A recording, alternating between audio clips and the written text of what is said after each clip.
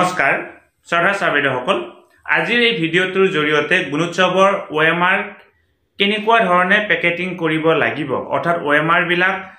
ইয়াৰ আগৰ ভিডিঅ'টোত কোনখন বিদ্যালয়ৰ কাৰণে কেইটা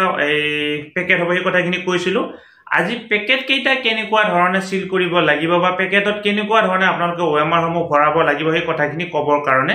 চেষ্টা কৰিম প্ৰথম কথা হ'ল আপোনালোকৰ বিদ্যালয়ত এনেকুৱা ধৰণৰ একোটা হালধীয়া পেকেট যাব লাগে আমাৰ ওদালগুৰি ডিস্ট্ৰিক্টত ইতিমধ্যে প্ৰত্যেকখন বিদ্যালয়লৈকে এনেকুৱা ধৰণৰ 4টা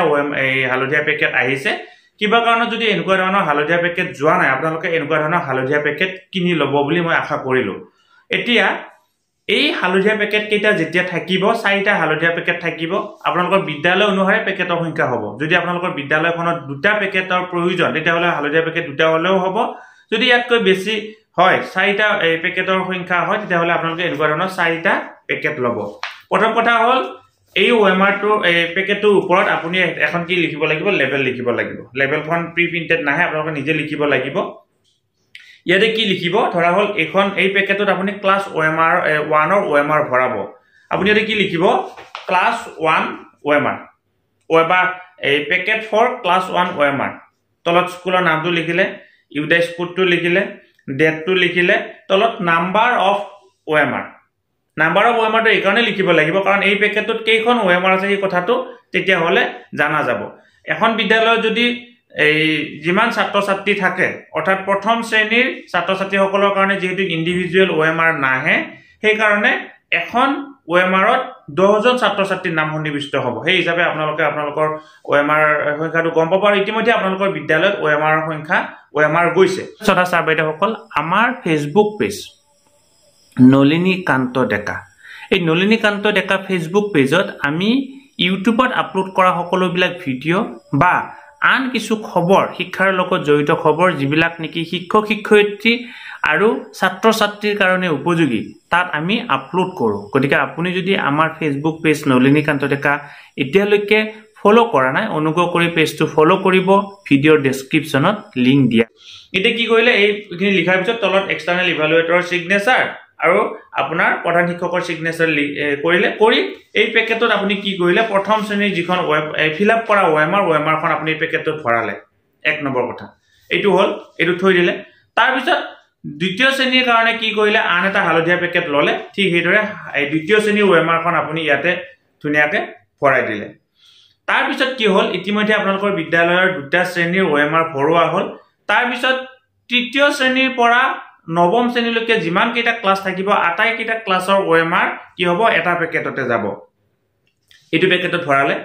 ভৰোৱাৰ পিছত আপুনি কি কৰিলে তিনটা পেকেট হল প্ৰথম শ্ৰেণীৰ OMR খন গল দ্বিতীয় শ্ৰেণীৰ OMR খন গল তৃতীয় পৰা নৱম শ্ৰেণীলৈকে আপোনালোকৰ বিদ্যালয়ত যেনেকুৱা ধৰণৰ শ্ৰেণী থাকে তেনেকুৱা ধৰণে আপুনি হ'ব যদি আপোনালোকৰ অকল নৱম আৰু দশম শ্ৰেণী হয় তেতিয়াহলে নৱম শ্ৰেণীৰ OMR খিনি ভৰাব যদি 1 ৰ পৰা অষ্টম শ্ৰেণীলৈকে হয় তেতিয়াহলে তৃতীয় চতুৰ্থ পঞ্চম ষষ্ঠ সপ্তম অষ্টম এইকিটা ভৰাব যদি অকল 6 7 8 হয় 6 7 8 হলে আপোনালোকৰ বিদ্যালয়ত দুটা পেকেট হ'ব এই দুটা পেকেটৰ প্ৰথম শ্ৰেণী আৰু দ্বিতীয় শ্ৰেণী যেহেতু নাই সেই পেকেট কেইটা নহয় 6 7 8 তিনিটা শ্ৰেণীৰ OMR আপোনাৰ এই পেকেটতে ভৰাব লাগিব এইখিনি হোৱাৰ পিছত এইখিনি আপোনালোকে থলে 4 নম্বৰ পেকেটৰ আপুনি কি কৰিলে ষ্টুডেন্টৰ এটেন্ডেন্স ইতিমধ্যে আপোনালোকৰ বিদ্যালয়লৈকে এটা এটেন্ডেন্স শীট আহিছে OMR ত যত নেকি কি আছে এই ABC সিৰিজটো কি হয় টেক্সট বুকলেট সিৰিজ এই কথাটো আছে তলত সেলফ ইভালুৱেচনৰ দিনাৰ প্ৰেজেন্ট আৰু এক্সটাৰ্নেল ইভালুৱেচন অনুষ্ঠিত হোৱাৰ দিনাৰ প্ৰেজেন্ট আৰু এবসেন্টৰ কথা আছে সেইখিনি ইয়াতে ভৰালে এতিয়া আপোনাৰ হাতত কেইটা পেকেট আহি পৰিল 4টা পেকেট আহি পৰিল 4টা পেকেট আহি পৰাৰ পিছত আমাক এবাৰ নতুনকৈ নিৰ্দেশনা দিয়া হৈছে আপোনালোকৰ ডিস্ট্ৰিক্টত এই নিৰ্দেশনাটো আহিছে নে নাই মই গম নাপাম কি কৰিব কাৰণে কোৱা হৈছে যেহেতু ইয়াৰ আগৰ এবাৰ গুণোৎসৱত আমাক এখন ডাঠ কাগজ দিয়া হৈছিল এই ডাঠ কাগজখন আমি কি কৰিব লাগে এই আমাৰ যেটো প্লাষ্টিকৰ পলিথিন আহে মানে প্লাষ্টিকৰ পেকেট আহিব সেই পেকেটটো দিব লাগে কিন্তু এইবাৰ যেহেতু এই ডাঠ কাগজখন অহা নাই আমাক দুখন ডাঠ কাগজ কাটি লোৱা এটা নিৰ্দেশনা দিয়া হৈছে ধৰা হল এইখন এখন ডাঠ কাগজ এই ধৰি লৈছো আৰু মই যিকোনো কাৰ্টুনৰ পৰা আপোনালোকে কাটি লব এখন ডাঠ কাগজ এতিয়া আপোনালোকে কেনেকুৱা ধৰণে পেকেটত ভৰাব এই প্ৰথমতে ডাঠ কাগজখন দিলে ডাঠ কাগজখন দিয়াৰ পিছত আপুনি চাওক এখন ডাঠ কাগজখন দিলে ডাঠ কাগজখন দিয়াৰ পিছত আপোনাৰ OMR ৰ আটাইকেইটা পেকেট দিলে আপোনাৰ বিদ্যালয়ত 4টা হ'ব পাৰে বা দুটা হ'ব পাৰে তিনিটা বা এটা নহয় নাই 4টা হ'ব নাই 2টা পেকেট হ'ব তলত এখন ডাঠ কাগজ দিয়া গ'ল ডাঠ কাগজখনৰ ওপৰত এই পেকেটটো দিয়া গ'ল পেকেট মানে 4টা পেকেট হলে 4টা 3টা পেকেট হলে 3টা তাৰ ওপৰত আকৌ এখন ডাঠ কাগজ দিয়া গ'ল এই ডাঠ কাগজখন দিয়াৰ অৰ্থটো এইটোৱে যে তাৰ কিবা কাৰণত আপোনাৰ ওএমআৰখন কি হৈ নাযায় ভাজ হৈ নাযায় আৰু এইখিনি কৰাৰ হোৱাৰ পিছত আপোনাৰ বিদ্যালয়লৈকে অহা যিটো প্লাষ্টিকৰ এটা মানে সিল কৰিব পৰা এটা যে পেকেট আহিব এই পেকেটটোত কি কৰিব আপুনি এইখিনি ভৰাই দিব ভৰাই দিলে ভৰাই দিয়াৰ পিছত আপুনি এটো সিল কৰিব সিল কৰি সেই পেকেটটোৰ ওপৰত এখন লেবেল থাকিব লেবেলখন পূৰণ কৰা হোৱাৰ লগে লগে আপোনাৰ কি হ'ব আপোনাৰ গুণোৎসৱৰ যি ওএমআৰৰ পেকেটটো কি হৈ যাব ৰেডি হৈ যাব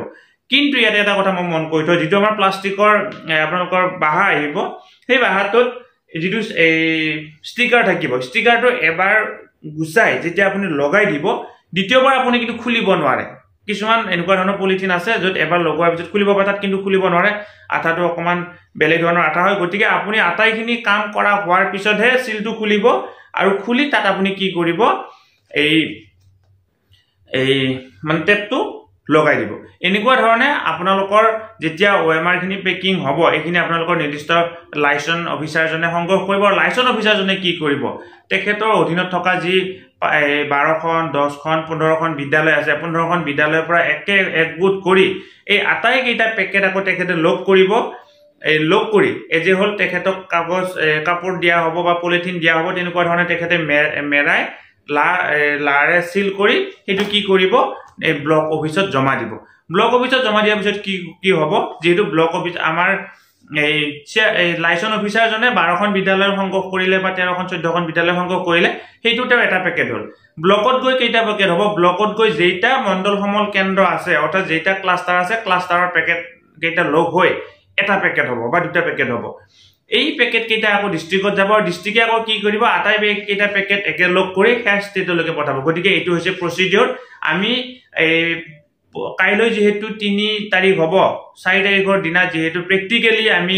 এই কোৱেশ্চন পেপাৰৰ বাহাৰবিলাক খুলিম পেকেটবিলাক খুলিম আৰু তাৰ পিছত যেহেতু পলিথিন পাবৰ কাৰণে সক্ষম হ'ম আমি প্ৰেক্টিক্যালি আকৌ এটা ভিডিঅ'ৰ জৰিয়তে কেনেকুৱা ধৰণে লেবেলখন লিখিব লাগিব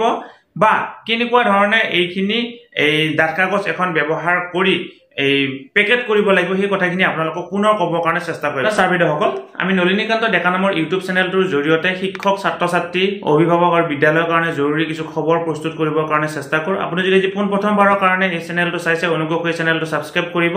আৰু লগৰ শিক্ষক বন্ধু বান্ধৱী সকলকো চেনেলটো সাবস্ক্ৰাইব কৰিবৰ কাৰণে অনুপ্ৰাণিত কৰিব আমি আমাৰ ইউটিউবত দিয়া প্ৰতিটো ভিডিঅ' আমাৰ ফেসবুক পেজ নলিনীকান্ত ডেকাত দিবৰ কাৰণে চেষ্টা কৰো ফেসবুক পেজৰ লিংক ভিডিঅ' ডেসক্ৰিপচনত দিয়া আছে তাত গৈ আপোনালোকে ফলো কৰি ললে ভিডিঅ'সমূহ ইউটিউবৰ পৰিৱৰ্তে ফেসবুকতো চাবৰ কাৰণে সক্ষম হ'ব ভিডিঅ'টো ইমানতে সামৰিছো ধন্যবাদ শ্ৰদ্ধা ছাৰবিদসকল নলিনীকান্ত ডেকা নামৰ ইউটিউব চেনেলটো হৈছে এটি শিক্ষামূলক ইউটিউব চেনেল এই চেনেলটোৰ জৰিয়তে আমি শিক্ষক ছাত্ৰ ছাত্ৰী অভিভাৱক আৰু বিদ্যালয়ৰ কাৰণে উপযোগী কিছু ভিডিঅ' প্ৰস্তুত কৰিবৰ কাৰণে চেষ্টা কৰো আপুনি যদি পোন প্ৰথমবাৰৰ কাৰণে এই চেনেলটো চাইছে অনুগ্ৰহ কৰি চেনেলটো সাবস্ক্ৰাইব কৰিব আৰু অল নটিফিকেশন প্ৰেছ কৰি থব